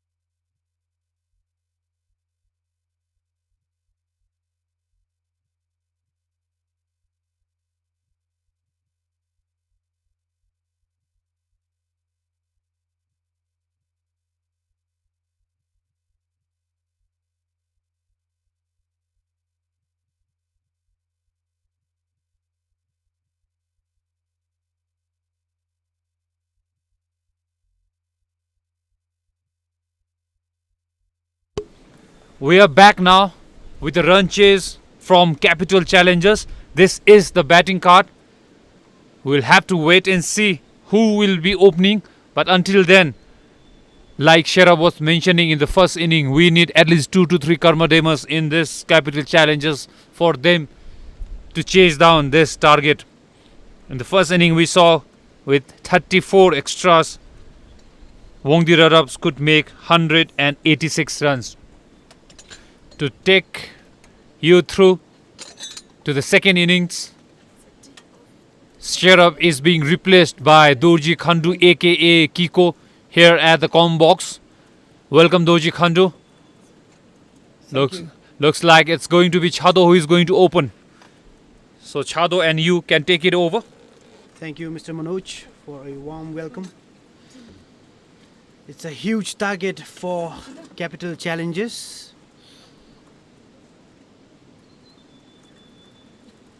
We have Chadwam with the ball for WANGDUE RADAPS. She is also one of the most experienced all-rounders of the team.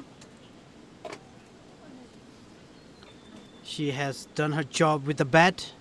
Now she has to show what she can do with the ball.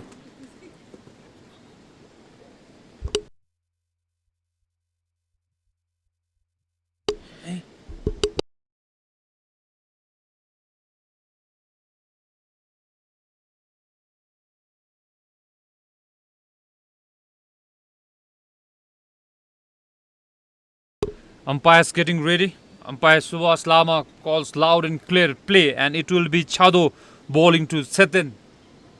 Chado with the first ball. Oh, bit of extra bounce there. We didn't see that in the first inning, but looks like Chado is ripping the ball onto the pitch and getting the bounce off the seam. The batters, opening batters for the Capital Challengers are Setin and Pema. We have not seen them play. There's a wild swing from Setin. The Capital Challengers also have young talents like Pazab XI and Punakha Kiraz. These three teams are the new team this time. That came in sharply. Looks like Chado is known to bowl both outswing and inswing. This one came in, and the ball earlier to this went out like a banana. See, definitely looks like an opening batter and an opening bowler. Dorji, during our time, we used to see such kind of player, opening batter and opening bowler. What do you have to say about such a key player in a team? I must say that to have such key players like Chadwam who is swinging both in and out, it is a advantage for the team where you can swing both. To have a swing like that, the batters will definitely have a lot of things going on in their mind. They have to focus little extra. The mind will be occupied. This is where the bowlers can use their swing. Chado definitely looks in good rhythm. Looks like she has been practicing, and it's uppish, but a slight misjudgment from the point fielder. It goes above her head, but she's quick and cuts it down to one. There's a mix-up. Will it be run out? No, the throw was intercepted by a fielder. If not, that was karma. Else, if it was to the keeper or the bowler, and it would definitely had been a run out. I think Pematema is not comfortable with the bat. She is running a little different.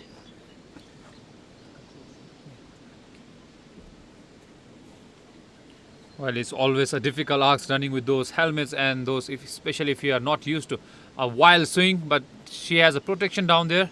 Chado will only be one run to dip square leg.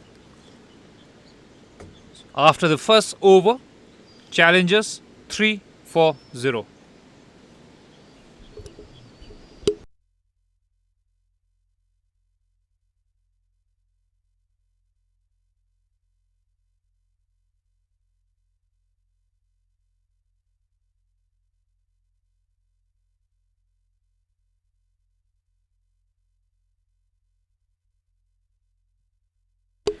Chado did an incredible job with the ball.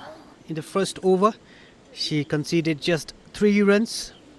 The capital challengers, they require 9 runs per over.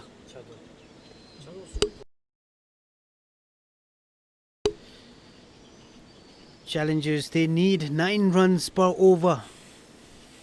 The new bowler for WANGDUE RADAPS is Sencho. Ball was pitched outside off stump and outside edge. The batters are looking for 2. Clearly, Pema is struggling to run with the batting pad, but somehow she managed to crease her bat. Well, she's a player of academy. In academy, they are most used to playing with the hard tennis ball, where they refuse to wear shin guards and helmets and gloves. And now when they come to such a stage where they have to play with the real cricket ball, it's always a difficult ask. And we can clearly see she's struggling there running in those pads, but she will get the advantage of it when the ball hits her pad. She will know, okay, this is required. Maybe she has to go back to her coach and practice. Just like that, it was on the pad. She would be thanking that she had that on. If it was a different kind of leather ball, or let's say a king ball, we call it very popularly here in Bhutan, it would have been bruises and all tattoos on her feet right now. So Doji, you also came from junior levels. You have played under 16, under 17, under 19. So did you ever play in academy? Did you ever get such kind of coaching that they are getting right now? That's a low full toss from Sencho. That's a white ball as well. During our time, we did not have any academy sessions or a place for us to train like the youngsters they are getting at this time. During our time, we were called for winter coaching. That was also meant for the selection, not just to learn the game of cricket. I started off as a cricketer, as a batter during the school tournament. From there I was picked up and then I was called out for a coaching. I wouldn't really say it was a academic coaching or anything like that. There was an under 16 tournament upcoming and we were called out for a trial camp. So no, we didn't really have such kind of opportunities like our young stars are getting these days. Forget about academy, we didn't have coaches as well. We only used to have hired coach during the tournament. That also they used to come a month ago and select a team and take us, and we used to play all the way after playing on a concrete directly on a turf wicket. I can understand where you are coming from, but now my point here is academy players getting such a platform to play against national players, to get them captured online live, getting the real match. I think this is a big way forward for cricket in Bhutan, I believe. You also work in Bhutan cricket. There's a big appeal. Not out, says umpire Doji. So what do you reckon of such a platform for such a young team like Challengers today? Well, as an employee of Bhutan cricket, we just want to give as many opportunities and platforms as possible to the young stars, especially the young boys and girls. We want them to have all the facilities, starting from the cricketing ground, cricketing nets, the batting equipments, cricket equipments, and even the coaches. During our time, as well as yours, we didn't have a proper coach. We didn't even have equipments. We used to share equipments within players.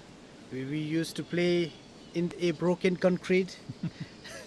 But look at the facilities they are getting now. And as a employee of Bhutan cricket, it is our responsibility to give them that platform that which we did not get.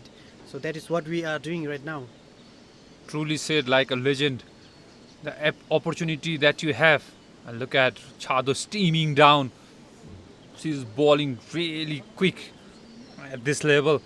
So like you correctly mentioned, it's your responsibility to give the facility, to give such a tournament, and it's the responsibility of each and every player and team to make the most out of it. Yes, you might be playing against the strongest side, but you learn from it, you take back, you go in the nets, you practice, you have your district coaches, everyone participating here have their own coaches, you have your own ground, we used to play on a football ground without a mat. Just imagine. Quite a memory. Quite a memory. We didn't have a stitch ball. We used to play with hockey ball. Can you imagine? Because stitch ball used to cost us a dime, and that's clean ball. That is definitely a stitch ball coming out of a timber, but not the timber of the batter, but the timber of umpires. That is the wickets. Clean ball it is, and a celebration we see there. Pump of chest, and Chado finally gets the smell of the first blood. She takes her first wicket. Challenges 7 for 1. And coming back to our discussion, yes, it's a platform, first ever tournament for women's. At least the men's has concluded, but for women's, it's such a platform, such a stage. You either perform or you go back and learn. And we would like to thank Bhutan Cricket and the sponsors and people like you, people like Bhagwati, people like Dheeraj, everyone is involved in bringing to you such a tournament with live coverage and whatever is possible from such a ground. Big kudos to the players and everyone. This is history in making. And now Chado is trying to make her own history here by taking second wicket of this second over of hers. So Kiko, I always wanted to ask, just moving away from cricket, what does Kiko mean? It's a funny question and a funny answer as well. So, well, we don't have a bus to catch or a flight to catch, so we are all ears. You can let us know after Chado balls this ball, a swing and a miss again. So why you are called Kiko? it's a back-to-back dot ball from Chado. And moving on to the question, it's a name of a actor in Philippines, and Philippines. Yep, there was a movie called Crazy Beautiful You, where one of the main character was named as Kiko. So my friends watched that movie and they thought I had the similar character, but not physical appearance. He was way too tall and too handsome, but the character that he had was similar to me, and my friends started calling me as Kiko, and ever since then people has been calling me as Kiko. Wow, that's quite a story, and that's up in the air with a dot ball. So we have our Filipino commentator with us than Kiko. So we thought Kiko is some, because the trend that's going around in this ground as well, all our Korean fan, we thought Kiko was somehow related to Korea, but it's not. It's to Philippines, which is nice. So I think next time there's a Bali Bash, you should definitely go and comment there, or as a team manager. Most of the people abroad use the name Kiko for their puppies. That's another story for a day. Up in the air, will it be taken? No, it falls right between the short mid wicket and the mid on. Chado is definitely bowling well. Why I asked you your nickname is because we have asked nickname to all of these players, and most don't have a unique and an interesting nickname like yours. It's good to know what Kiko means, and I'm sure anyone who's watching right now or who's going to watch this later on, Please follow me on Instagram. please follow him on the Instagram with Kiko handle. With that, it's the end of third over, and challengers definitely struggling. They need good runs on the board, and the run rate is piling up, mounting up. If they don't utilize the power play right now, it's going to be a difficult ask for them. It was a full toss, but batter not able to find any bat on it. That's again Varsha.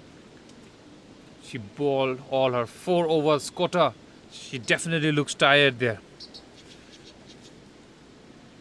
So those of you who have played in this ground for quite some time before we moved on to Pelkil and back, I don't know, after moving back you have played or not. So what you have to say about this ground, about the bounds and the boundary and everything? First off, I played my first match in this ground. I played my last match in this ground. This ground has been the platform where I have grown up playing. You know, when I played for the first time in this ground, it was little bumpy. There were a lot of stones there. It was not safe for the players to play. But now, as and when time passed by, our ground staffs have done an incredible job. They have removed most of the stones, pebbles. That is another wicket for WANGDUE RADAPS. Capital Challengers loses their second wicket, and I think we might see some destructible bowling attack from WANGDUE RADAPS. But moving on to the conversation we were having, as you can remember, there was a big hole down there towards the mid wicket, towards the riverside. Now it has been filled up. The ground is looking as plain as all the other grounds that are around the world, and we can also see some developments here. The billboards, the green grasses around the ground. So in short, there has been a lot of development in this ground, but the memories will always stay here.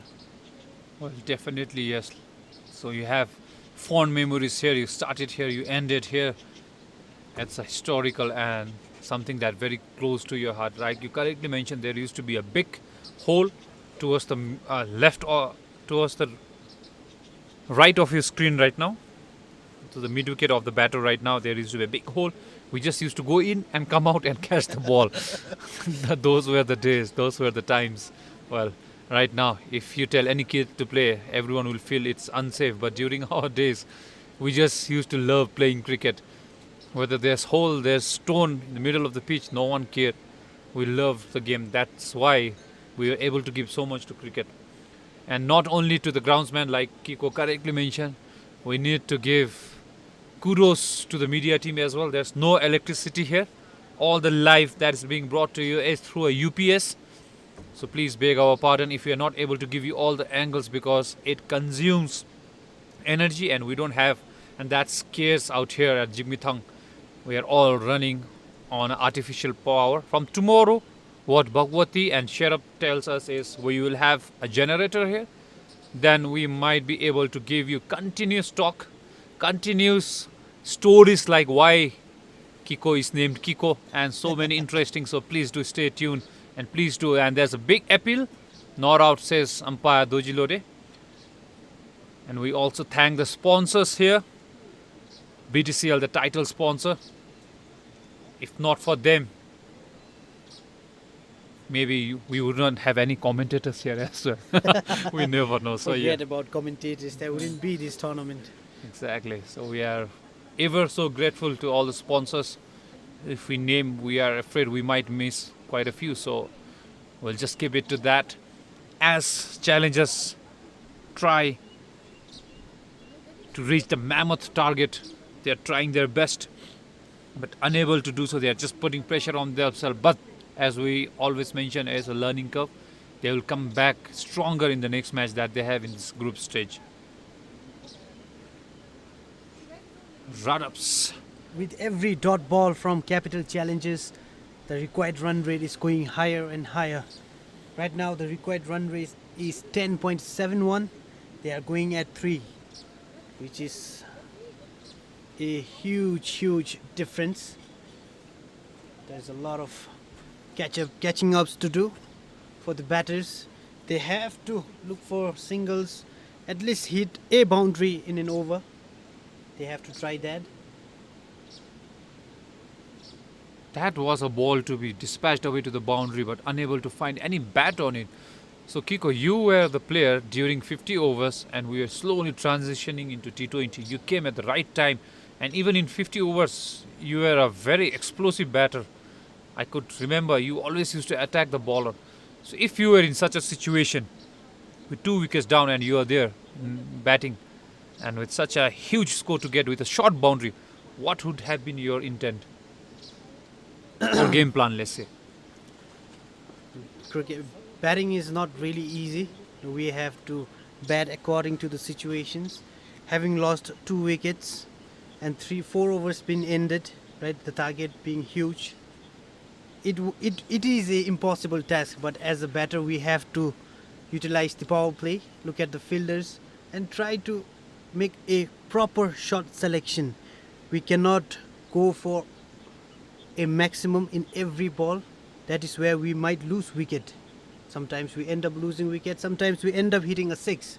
But that is the risk that we have to take. We have to make a right shot selection to hit the ball at the right, to hit the right shot with the right ball.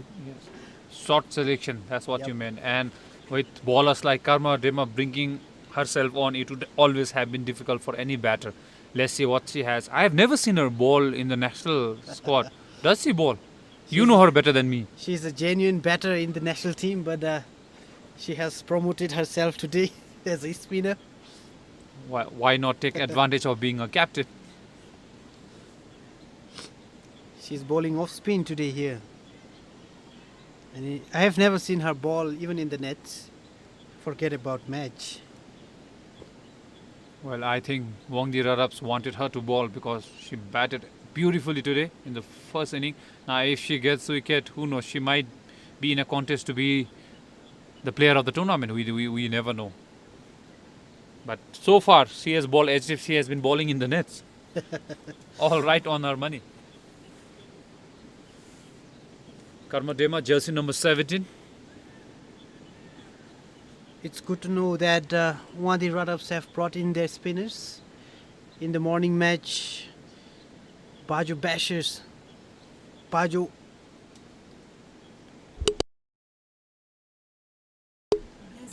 the Bajo Blazers, they did not have a single spinner, which was quite shocking. As I was talking to one of the players, she said that they don't have a spinner in the team, which I really wanted to question the coach. Well, I think it's a big news for Karma Dema. She can go in that team from next year, Bajo, and be a spinner and a batter at the same time. And plays this over the gully and will be a 4-run, much needed boundary for Pema and her team challengers. And that comes off Karma Dema. I'm pretty sure she's not happy. Well, there was nothing the fielder could do because it was over her head. Slightly pitched outside the off stump.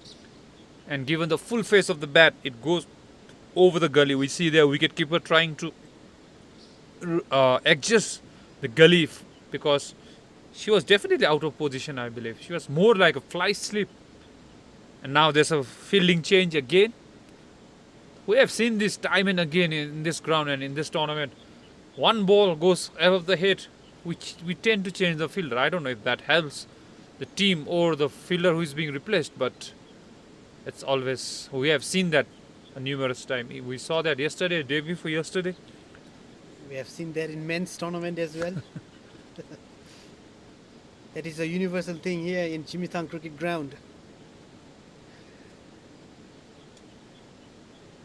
That was definitely shot, but batter completely misses it, and that will be the end of Karma Dema's over. After 5 overs, Capital challenges 17 for 2.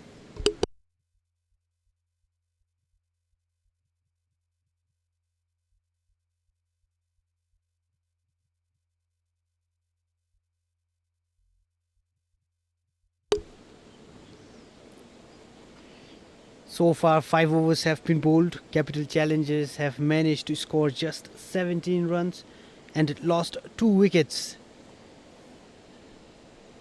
The target is a doubtful for them. They have to show some miracle if they want to win this match.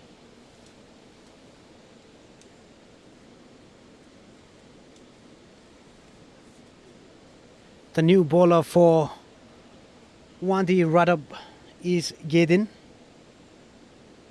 She has decided to bowl from the archery end. Appeals for an LBW, but the umpire is not interested. I think the line of the ball was an issue here. Maybe it went towards the leg side. But however, that is a good ball to start her over. There isn't much pace, but the line and length was almost perfect. The batter on strike is Ngawang. Swept. Just a single run towards the square leg. They need to time it well and they need to gap it well. At this stage of the game, they need a boundary or two.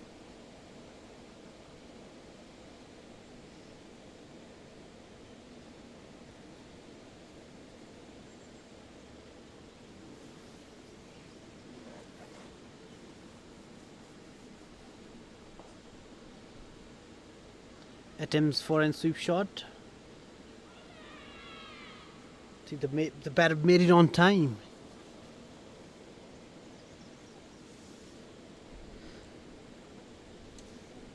There was no communication whatsoever between the two batters right now. There was definitely a chance of run out, but Karma was slightly late. But WANGDUE RADAPS won't mind such runs because they need to score more than that. The run rate that was required was 9 point something. Now it has crept up to 12 runs per over. So it's quite a huge ask. And having already lost 2 wickets at just score of 19, it will be difficult for challengers here on. But I think the win for them would be if they could play the entire 20 overs. I don't know if the batters are aware about the required run rate. They are taking their time defending the ball, not even looking for a single run. The situation demands them to score runs for the team. They have to take risk and they have to hit a boundary. But the players, I think they are not aware of that, and I don't know what the message here is being sent by the coach. The coach has to play a very important role here in guiding the players. The coach for Capital Challenges is Raj Kumar Chamling. He is also one of the most experienced cricketer in our country. So I'm sure he is sharing his knowledge and telling the players what to do and what not to do in this situation. Let's see if the batters will be able to execute that plan. Full toss again. If not she had played that, it would have been wide. But Shera was telling me even in the first match today, everyone was chasing the wide ball. Well, if you are not hitting it for 4 and 6, you should let that go because you will get 1 run and 1 extra ball as well. Now it's the end of the over and that batter just managed to get 1 run. But what it does is she missed that extra ball. At the end of power play, they just managed to get 20 runs with the loss of 2 wickets. Looks like Karma is going to continue from the Dechipulakang end. Karma, the coach of WANGDUE RADAPS. They also recently won the Cricket Initiative of the Year for 2024 for having conducted so many grassroots level and for having done it in a professional way. Karma herself and Mr. Damche, the district coordinator, were awarded with the prize. So that's a big thing, and now we have a team, WANGDUE RADAPS, representing in a T20 smash. They also have a boys team or the men's team who usually participate in T20 and 50 overs as well. So WANGDUE have constantly been participating, but now the next step for them would be producing players in national level. That would be another achievement to their already good profile. Tries to sweep that to the leg side, but misses it completely and well gathered by the wicketkeeper. Karma Dema is mixing in her deliveries. Some of the balls are being flighted, and some she is bowling a little quicker and flatter. I think she is trying to test the temperament of the batter, trying to check their patience.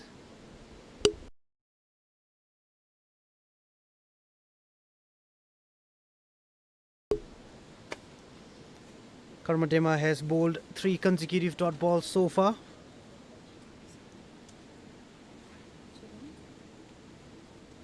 A swing and a miss again.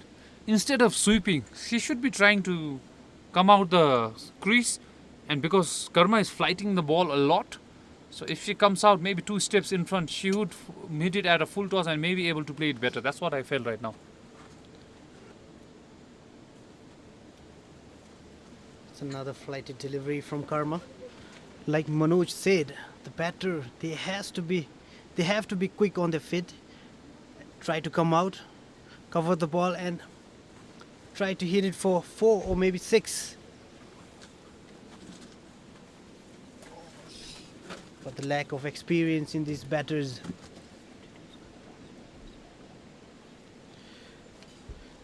To all the viewers who are watching this game, your personal favorite commentator, Mr. Sherab, is back here in the commentary box after a much needed.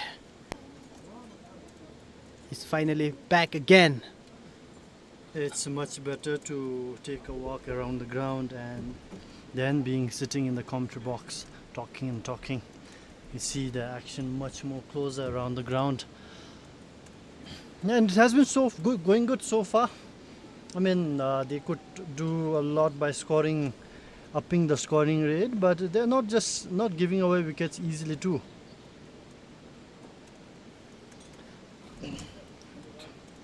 It's a perfect weather today here in the afternoon. Last 2 days, the rain showered us during the afternoon games, but today the sun is shining.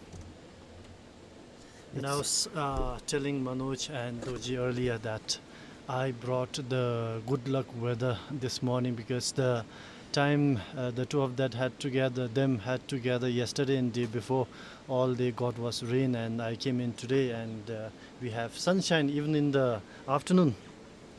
That is a good thing, and I think we have to request Mr. Sherab to always come here, even during the weekdays. I'll try my best. It's very difficult when you have to manage another work, but cricket is passion. This is the game that I have grown up with.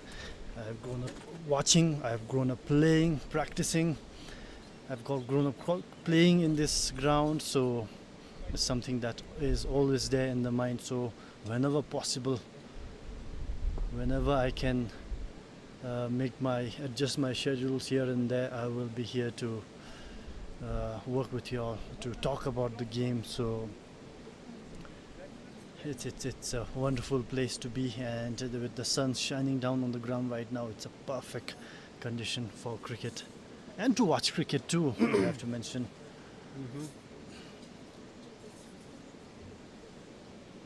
To those who are watching from home around the world, Mr. Sherab is also an ex-cricketer. He has played under 19 national team back in the high school days, right? Yeah, sometime in 2010-11, long time ago. Now